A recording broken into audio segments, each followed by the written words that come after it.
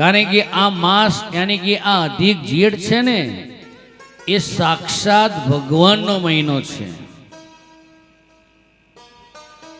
અને આ મહિનાની અંદર તમે જેટલા સત્કર્મ કરો, ચાહે કથા કરો કે ચાહે કીર્તન કરો કે ચાહે ભજન કરો કે ચાહે અન્ય કોઈ પણ નાનું મોટું દાન કરો ને, તો સાહેબ કહેવાયું છે કે આ પુરુષોત્તમ માસની અંદર અનંત ગણું ફળ ભગવાન પુરુષોત્તમ આપે છે અને જન્માંતરે ભવેત પુણ્યમ. આ કથા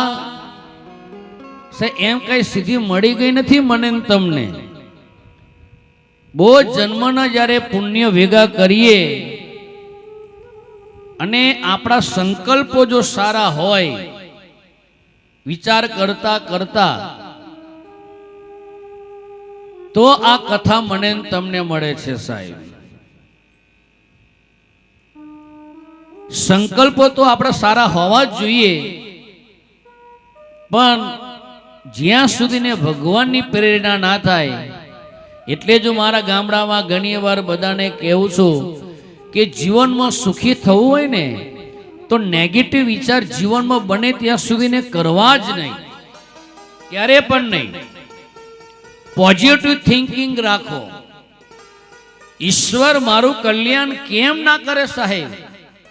એવા કયા આપણે મોટા મોટા પાપો કરી નાખ્યા, એવા કયા આપણે અન્યના ખૂન ખરાબી કરી નાખ્યા કે આજે આપણને અંદરથી ભય સતાવી રહ્યો છે? એવું આપણે શું કરી નાખ્યું છે સાહેબ? એક સમયનો કાળ એવો તો રાજા રાવણ તમે જોવા જાઓ એટલો અત્યાચાર કરતો તોય ગૌરવથી જીવતો હતો. હિરણ્યકશ્યપુ પણ તમે જોવા જાઓ એને પણ એટલો બધો અત્યાચાર આ ધરતી ઉપર કરી નાખ્યો હતો તોય ગૌરવથી જીવતો હતો. એવું તો આપણે નથી કર્યું સાહેબ જીવનની અંદર. એવા પાપો તો આપણે કર્યા નથી ને. અને મનુષ્ય છે સાહેબ, કઈક નાના મોટા પાપ તો થાય જ. ભગવાન જેવા ભગવાનને પણ ધર્મરાજ યુધિષ્ઠિર મહારાજને કહેલું કે નરોવા કુંજરોવા, એને પણ કહ્યું હતું કે આ એક ખોટું બોલી નાખ તો તારા 5 ભાઈઓ છે ને જીવતા રહેશે, બાકી તારા 5 ભાઈઓ બળીને ભસ્મ થઈ જશે સાહેબ. જો ભગવાન જેવા ભગવાન પણ આજે ધર્મરાજને આવું જ્ઞાન આપતા હોય, અને સાહેબ એટલું પણ યાદ રાખવાનું, જીવનમાં સુખી થવું હોય તો કે પોતાના શરીરના રક્ષણ કરવા માટે જો ખોટું બોલાય ને એ તમારા માટે પાપ નથી, એવું નીતિ સૂત્ર કહે છે સાહેબ. પોતાના શરીરનું રક્ષણ કરવા માટે કદાચ તમે ખોટું બોલી નાખો, પણ એ ખોટું માપસર પાછું હોવું જોઈએ. જ્યારે એના પ્રમાણો લેવામાં આવે ત્યારે તમે ભોંઠા પણ ના પડી શકો સાહેબ. એમ આપણે એવા કયા પાપો કર્યા હશે? આપણે તો કાંઈ નથી કર્યું સાહેબ. આ ધરતી ઉપર એને અસંખ્ય પાપો કર્યા હોય, જો એને ભગવાન મળતો હોય તો આજે આપણે પણ ગૌરવથી ના જીવીએ કે ભગવાન મને નહીં મળે? એમ જીવનમાં સંકલ્પો આપણા સારા હોવા જોઈએ, પછી સફળ કરવા ના કરવા ને એ ભગવાનની ઈચ્છાની વાત છે સાહેબ. જેમ કે રાજા બલિની વાત કરો. બલિ રાજાને 100 યજ્ઞ કરવાનો એને સંકલ્પ કર્યો તો આજે ઇન્દ્રનું ઇન્દ્રાસન લેવા માટે. અને એવા સમય ભગવાન એને સંકલ્પ તો કરી દીધેલો કે મારે ઇન્દ્રનું ઇન્દ્રાસન તો મેળવી લેવું છે, પણ એમાં ભગવાનની ઈચ્છા હોવી જોઈએ કે ના હોવી જોઈએ? પણ ભગવાનની ઈચ્છા નથી કે તું ઇન્દ્રના ઇન્દ્રાસન ઉપર બેસવા માટે અત્યારે તું લાયક નથી. અને એવા સમય 99 યજ્ઞ પૂરા થયા અને 100મો યજ્ઞ જ્યારે એ બલિ રાજા કરતા હતા ત્યારે વામન ભગવાન આવીને યજ્ઞ આખો અટકાવી દીધો સાહેબ. એ આગળ કથા આવશે. અને ભગવાને કહ્યું કે તારે ઇન્દ્રના ઇન્દ્રાસન ઉપર બેસવું છે ને, પણ અત્યારે તું એટલો સક્ષમ અને કેપેબલ નથી કે તું ઇન્દ્રના ઇન્દ્રાસન ઉપર બેસી શકીશ, પરંતુ જ્યાં હું તને વચન આપું છું એક દિવસ તું પણ ત્યાં શાસન કરીશ. એટલે કહેવાનો મારો ધ્યેય, ભગવાનની જ્યાં સુધીને કૃપા ના થાય ત્યાં સુધી સાહેબ પાંદડું પણ હાલતું નથી. આજે સાયમા ગામની અંદર સાક્ષાત ઠાકોરજી આવ્યા સાહેબ, અને આ ઠાકોરજી કેવા છે?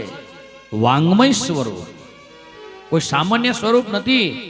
સાક્ષાત એ ઠાકોરજીને આપણે બધા વાસ્તે ગાસ્તે દરેક ગામના મંદિરોની અંદર ફેરવતા ફેરવતા ઠાકરના ચરણે આ પોથી મૂકતા મૂકતા અને બધા તમે જો માથા ઉપર લઈને એ પોથી આપણે અહીંયા બિરાજમાન કરી.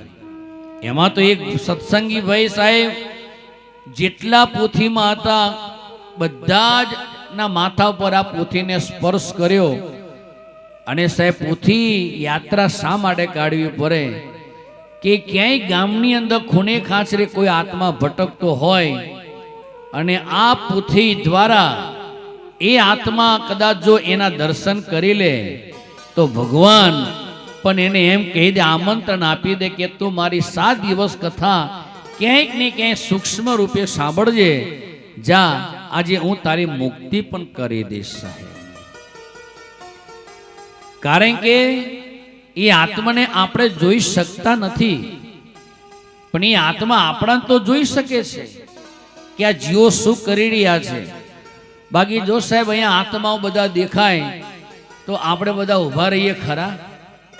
ઊભી પૂછડીએ ભાગીએ કે ના ભાગીએ? પણ ઈશ્વરે એટલું સરસ બંધારણ કર્યું કે આત્માને આપણે જોઈ શકતા નથી, પણ એ લોકો ક્યાંક ને ક્યાંક અધોગતિના પંથ તરફ જતા હોય, એમને મોક્ષ ના મળ્યો હોય, એમની સાચી સદગતિ ના થઈ હોય, ત્યારે આપણા ઋષિ મુનિઓએ આજે મને તમને એક એવું પુરાણ આપી દીધું કે જે પુરાણ નામ છે શ્રીમદ ભાગવત મહાપુરાણ. અને આ પુરાણ ફક્ત 7 જ દિવસ જો તમે સાંભળી લો સાહેબ, ગેરંટી મારીને કહી દઉં કે આ કનૈયો છે ને દ્વારકાધીશ, તમને એટલો બધો વાલો લાગશે કે તમે પછી આ કનૈયા વગર રહી શકશો જ નહીં. અને કાલે અરે સાહેબ પૂતના જેવી પૂતનાને જો ભગવાન માનો દરજ્જો આપી દેતા હોય તો એ પૂતના તો શું કરવા આવેલી હતી? ઝેર પીવડાવવા આવેલી હતી કે નહીં?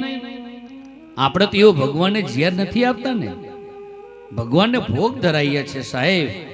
કેસરવાળો દૂધ સરસ આજે માવો બનાવીએ, સરસ ઘરે મીઠાઈ બનાવીએ, જે કંઈ પણ ભાણું બનાવીએ એ બધું જ ભગવાનને એવું ધરાઈએ છે ને ભગવાનની પ્રસાદી આપણે લઈએ છીએ. એવું તો આપણે ભગવાનના થાળીમાં ઝેર નથી નાખ્યું સાહેબ. પૂતના જેવી પૂતના જો ઝેર આપીને ભગવાન એને જો માં બનાવી દેતા હોય તો આપણે તો સાહેબ કેવા એના આશ્રિત છે કે આપણે એવો ક્યારેય પણ સંકલ્પ ના કરીએ કે મારા પ્રભુને હું આવું ખટાશ આપું કે આવું ખરાબ આપું. આપણી ઉપર કૃપા છે ભગવાનની, પણ આપણાને જે આસ્થા હોવી જોઈએ, જે નિષ્ઠા હોવી જોઈએ, જે પ્રેમ હોવો જોઈએ, જે તમને લગાવ હોવો જોઈએ કે હું જીવો તેવો પણ તારો છો બાપ, એકવાર તું મને સ્વીકારી લે. પણ ભગવાન કે હું તો સ્વીકારવા તૈયાર છું, પણ તારે આ બધી માયા, મમતા, મોહ, આસક્તિઓ તારે ક્યાં છોડવી છે? માણસ ફૂલે ફૂલે ફરતો હોય છે, વિચાર કરો. અરે સાહેબ, ખિસ્સામાં તમારું પૈસાનું એક પાકીટ જો કદાચ 5000 નું બંડલ હોય તો એ પાકીટ જેવું પાકીટ પણ ફૂલાઈ જતું હોય છે. ફૂલાય કે ના ફૂલાય? પાકીટ પણ ફૂલાઈ જાય તો માણસ પણ પોતાના જીવનમાં જો થોડોક એને મળી જાય તો એ કેટલો ફૂલાતો હશે. એટલે જીવનની અંદર કહેવાયું છે કે આ હળવા પાંદડા જેવું રહેવું જોઈએ સાહેબ. હા, કારણ કે આપણો ઠાકર તો સાહેબ નથી કે હે મારા નાથ તમે તુલસીના પાંદડે જોખાણા સાહેબ.